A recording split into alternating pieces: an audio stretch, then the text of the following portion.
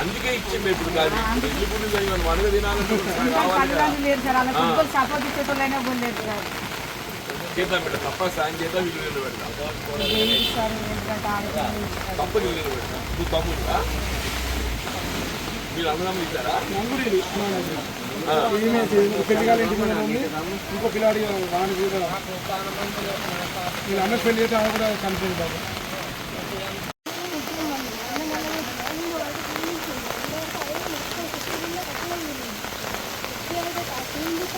మీద పడుతుంది మీరు ఈ రూమ్ కావాలి.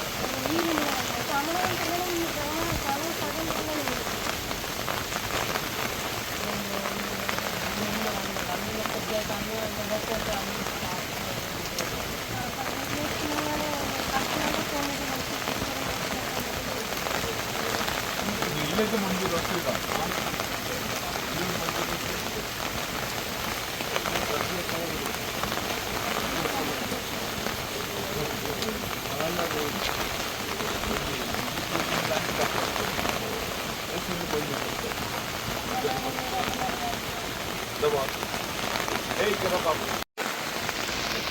వీళ్ళు మన బుడిజంగాలు ఉంటారు కదా,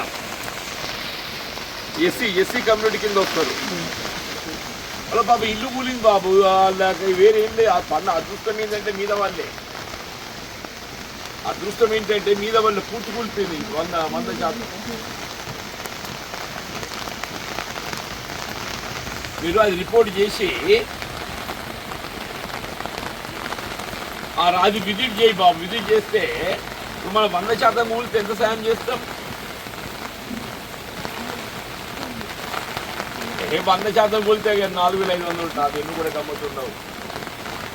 మొత్తం ఇల్లే వీకిందా అంటే 100% పోయింది బాబు. ఒకటి కొత్త ఇల్లు మంజూరి ప్రతిపాదించాలి, అది వస్తుంది. ఎట్లా ఇల్లు కూలిపోయింది కాబట్టి కొత్త ఇల్లు వస్తుంది. ఇప్పుడు ఈ వీళ్ళకు ఇల్లు కూలిందానికి 1,00,000 రూపాయలు 2 లక్షలు వస్తాయి.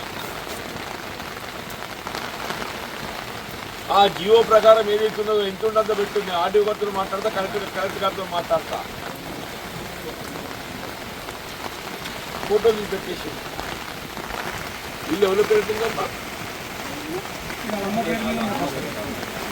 జియో ప్రకారం 100% ఎట్లున్నట్టు పెట్టేసి నేను మా కలెక్టర్ గారితో మాట్లాడతా.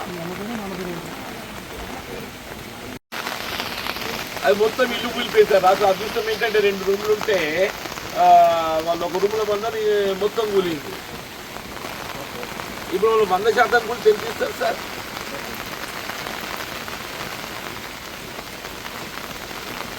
అవును సార్, 1 lakh 2 lakhs రావాలి సార్ 100% కూలితే.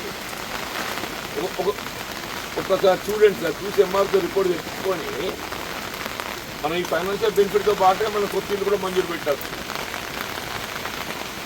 ఇందిరమ్మ కింద. ఇప్పుడు ఎందుకంటే ఇల్లు కూలిపోయింది కాబట్టి పెట్టి ఎట్లా చేసి సాయం ఇక్కడ చూడండి.